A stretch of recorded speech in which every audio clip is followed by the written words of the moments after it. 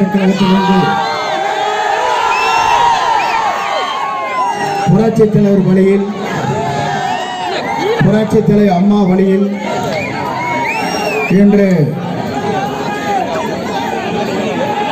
தமிழகத்தின் வெற்றி கழகமாக இருக்கின்ற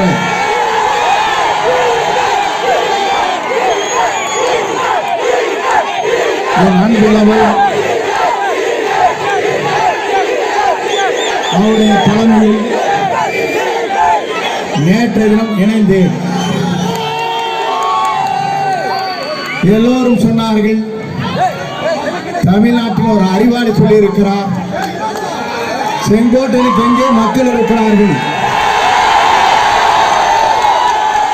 பார்த்தீர்களா, ஒரே மணி நேரத்தில் இவ்வளவு மக்கள் கூடியிருக்கிறார்கள் என்றால்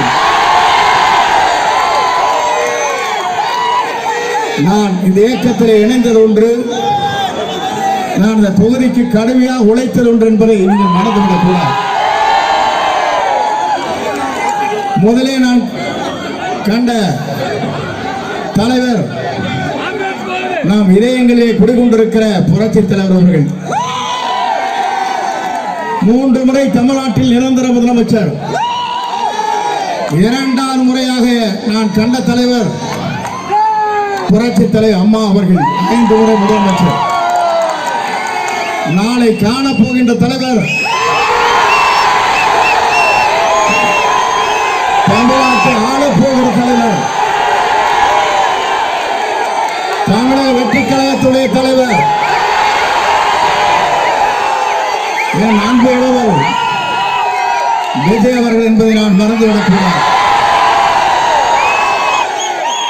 நான் முதலில் அடி வைத்த போது புரட்சி தலைவரோடு பயணம் செய்தேன். வெற்றி என்ற இலக்கை நாங்கள் எட்டினோம். 2வது முறை அம்மாவோடு சென்றோம். வெற்றி என்ற இலக்கை நாங்கள் எட்டினோம். 3வது தலைமுறையாக இருக்கிற இளவல் தமிழக வெற்றி கழகத்துடைய தலைவர். நாளை மக்கள் வெள்ளத்தில் மிதந்து கொண்டிருக்கிற அவர் 2026 மக்கள் சக்தியால் முதலமைச்சராவது எந்த சக்தியாலும் தடுக்க இயலாது. என்னை பார்த்து சொல்லுகிறார்கள், இவர் 40 ஆண்டு காலம் அரசியல் வரலாற்றில் இவர் என்ன செய்தார், தனக்கும் தன் குடும்பத்திற்கும் யாரையாவது சந்தித்திருக்கிறார்களா, மக்களுக்கு சேவை செய்திருக்கிறார்களா, தொண்டர்களுக்கு செய்திருக்கிறார் என்று ஒரு அறிவாளி பேசியிருக்கிறார். அவர் இந்த கட்சியே எங்கே இருக்கிறது என்ற நிலையை ஒரு முறையாவது நீங்கள் வெற்றி பெற்றிருக்கிறார்கள் என்பதைத்தான் மக்கள் கேட்டுக்கொண்டிருக்கிறார். நீங்கள் ஆட்சிக்கு வந்ததற்கு பிறகு அம்மாவுடைய துணையார் 17-18 இருந்து ஆரம்பித்தீர்கள். அதற்கு பிறகு உங்கள் வெற்றி என்ற நிலை ஏதாவது ஒரு முறையாவது வந்திருக்கிறதா என்பதை அவர்தான் சொல்ல வேண்டும். நான் அவரை பற்றி சொல்ல விரும்பவில்லை. நாளை நம்முடைய எதிர்காலம் எப்படி இருக்கிறது என்று சொன்னால், பிரகாசமுள்ள எதிர்காலமாக மாற்றுவதற்கு உங்களை தூண்ட வேண்டும். நான் 4 மணி நேரம் காலதாமதம், 1:30 மணிக்கு விமானம் வந்தவுடன் விமான நிலையத்திலே இறங்குகிற போது விமானத்தில் கோளாறு ஏற்பட்டிருக்கிறது என்று பெங்களூருக்கு சென்றார்கள். அங்கே 1 மணி நேரம் இந்த பணிகளை முடித்துவிட்டு மீண்டும் வருகிற போது என் உயிரின் மேலான சகோதர சகோதரிகள், தாய்மார்கள், பெரியவர்கள் 5 மணி நேரம் எனக்காக காத்துக் கொண்டிருக்கிறேன் சொன்னால், உங்களை வெல்வதற்கு எந்த சக்தியாலும் இனி தமிழகத்திலே பிறக்கவில்லை என்ற வரலாறு தமிழகத்திலே உருவாகியிருக்கிறது. ஏனதை சொல்கிறேன் சொன்னால், உங்கள் தலைவருக்கு எல்லோரும் சொன்னார்கள் உங்கள் தலைவரை சந்திக்க முடியுமா என்றார்கள். எங்களோடு வந்த 100 பேர்கள் 1.25 மணி நேரம் அவர்களுக்கு சால் வெடி வைத்து உங்கள் துண்டை போட்டு அரவணைத்து ஒரு வரலாறு படைத்த தலைவர் தான் உங்கள் தலைவர்.